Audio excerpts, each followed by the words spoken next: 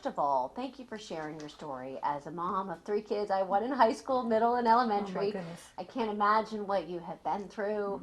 God bless you for what you've gone through, for sharing your story. Mhm. How are you personally handling all of this? Well, it has been 20 years since the shooting, so I've had a big chunk of my life to try to integrate. But, certainly in the beginning it was incapacitating and disabling, and it just took a long, long time to progress through trying to understand what had happened, trying to accept what had happened. I am never, ever going to not remember those who were killed and hurt, and remember my son. And so I've tried to take whatever happened and kind of make it my own life's mission. Hmm. And what is that mission? It has come down to really a strongly suicide prevention mission, because my son and his friend were involved in this terrible tragedy. They killed 12 students and a teacher before taking their own lives. And in my understanding of this and my trying to figure out how my son could do something so terrible, the issue came up for me, and we found it in some of his writings after he died, that he was expressing thoughts of suicidality 2 years before his death. And what people have begun to realize now through some data collection is that very often perpetrators of planned mass violence are also suicidal themselves. So we know that suicide is preventable, and I believe that we can also prevent a certain percentage, probably a large percentage of mass violence, if we address the suicidality of the would-be perpetrators. Wow. Okay. And so why? So as a parent, how do you? I read that you didn't have any idea that he was, suicidal, and that he was even planning this kind of thing. How, as a parent, I mean, I've read some of what you said, but for people who haven't read it, how do Certainly. you not know?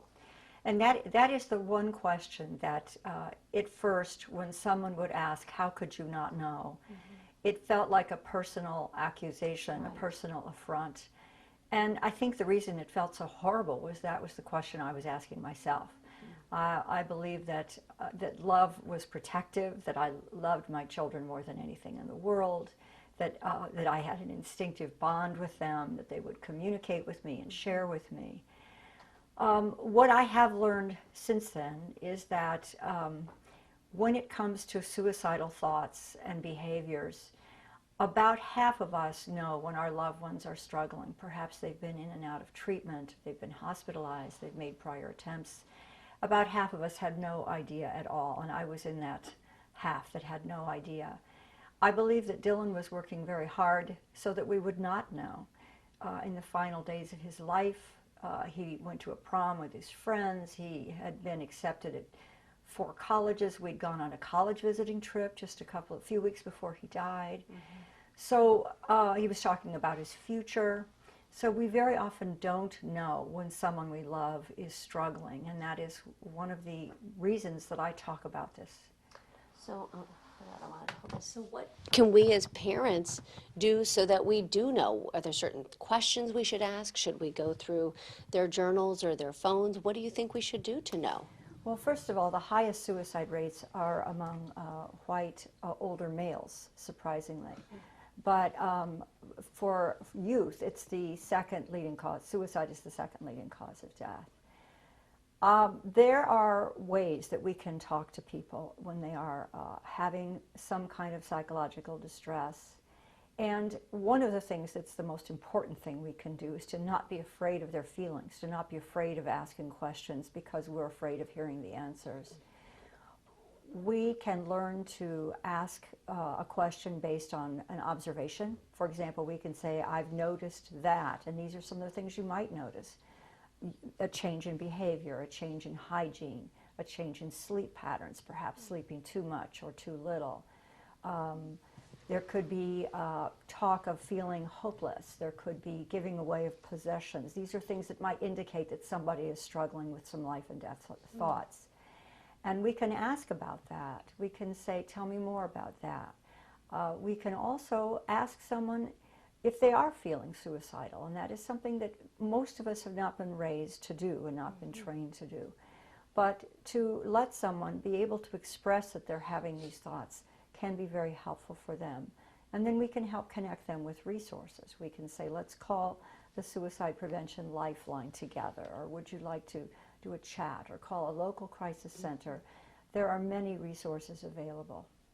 And for parents of teenagers, I mean, there are some typical teenage behaviors like withdrawing from your parents and being with your friends more that are hard sometimes, I think, for parents to know. Is it normal teenage behavior, or is it abnormal behavior and something is bad, or, you know, there's a mental or brain, what do you call it, brain Yes. disorder going Yes.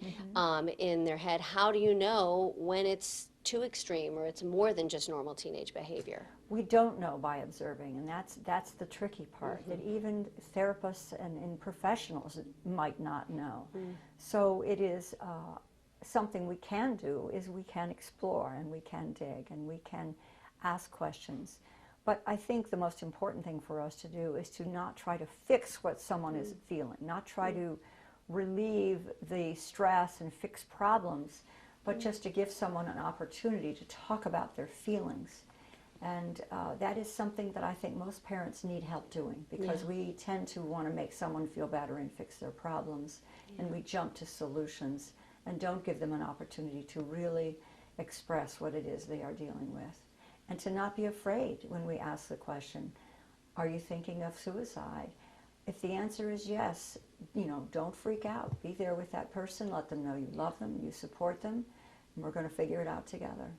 Great advice and interesting points. All right. So what do you think should be done? I mean, it's amazing to think it's been 20 years, and I would have thought, you know, when I think back to 1999, that was going to be an anomaly. But, I mean, look at where we are now with so many school shootings. What do you think should be done to try and stop this? There are so many things that should be done and could be done. I think we have made some progress. In the beginning, when this first happened, most of the dialogue was around good and evil. I don't hear that so much anymore. What I hear is more actionable discussion.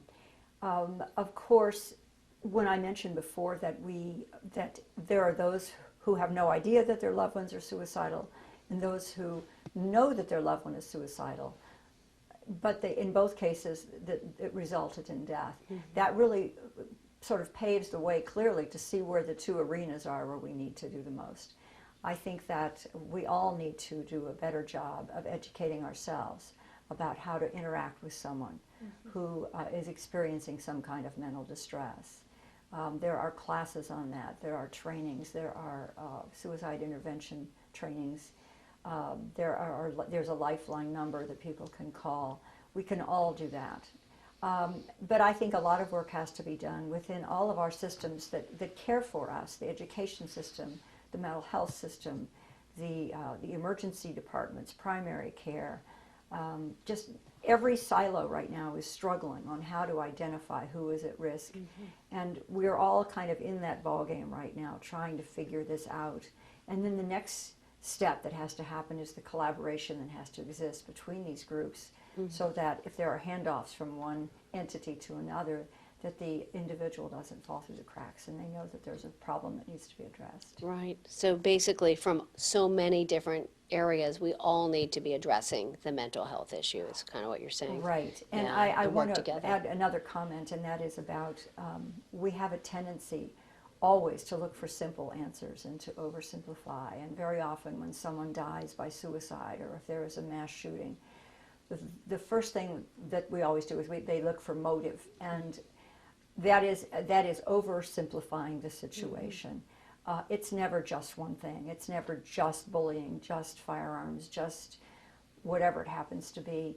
That these things that happen are complex, and there are a variety of causes, and we have to do multiple interventions in order to prevent tragedies such as these.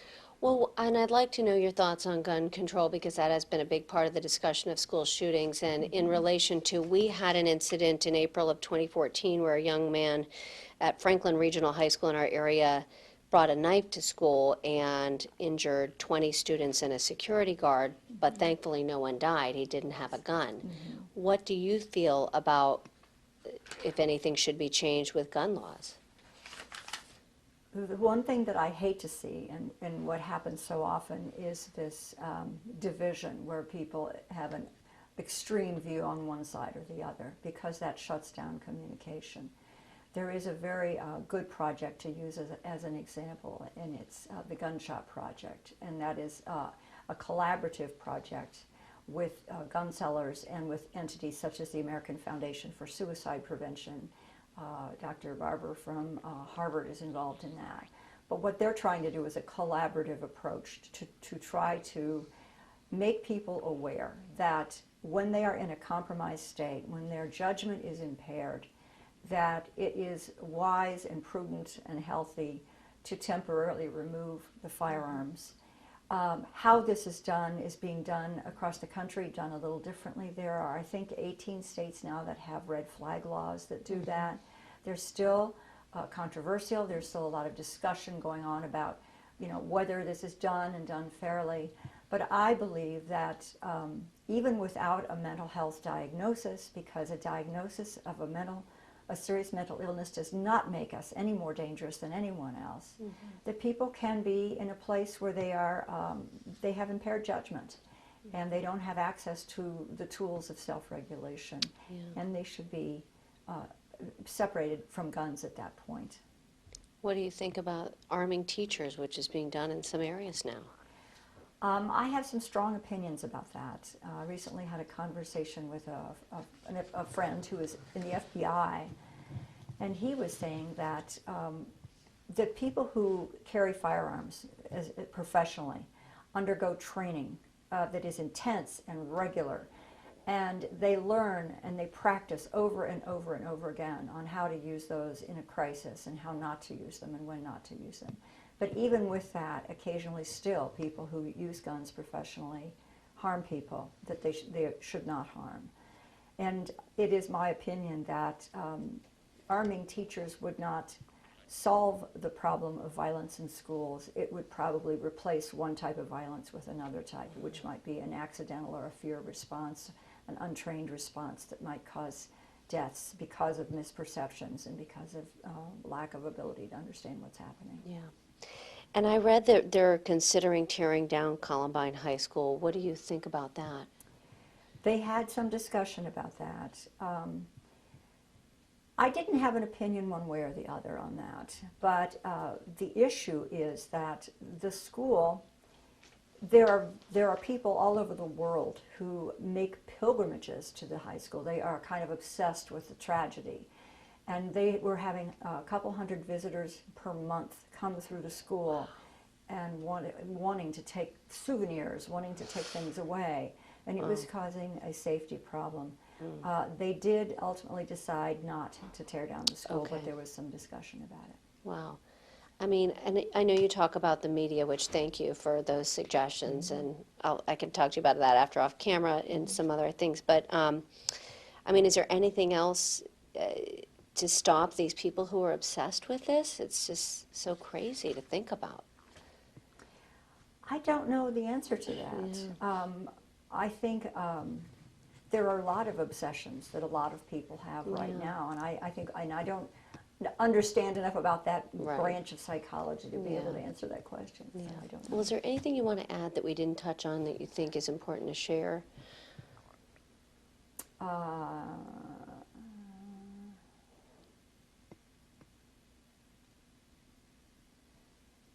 I think all of my main points you've asked questions. So that they have. Good. I guess I will add one Yeah. point, and that is, when it comes to our loved ones who are in distress, I think we believe that that love is protective. That if we love them enough, they are going to be safe, and they're going to turn to us when they need us. And I always want people to understand that, love is not enough to keep our loved ones safe, to prevent them from experiencing psychological trauma, distorted thinking. We need skills, we need resources, and perhaps some new ways of communicating, but love is never enough.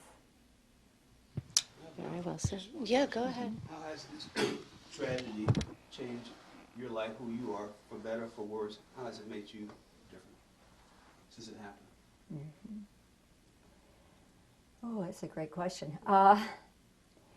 I'm a big believer in post-traumatic growth, and I have met many, many people in my life and in my travels who have experienced horrible things, horrible losses, or perhaps things they themselves have done that they regret. And for most of the people that I have talked with, it has changed our lives in ways that we could not imagine. And as we pass through this progression of being a victim and to being a survivor to being an advocate, we find that we have grown. And I do believe that because of this tragedy, I'm a more non-judgmental person, I'm a more compassionate person, I'm a more observant person, and I'm more mission-oriented, purpose-driven, and for those changes I am grateful.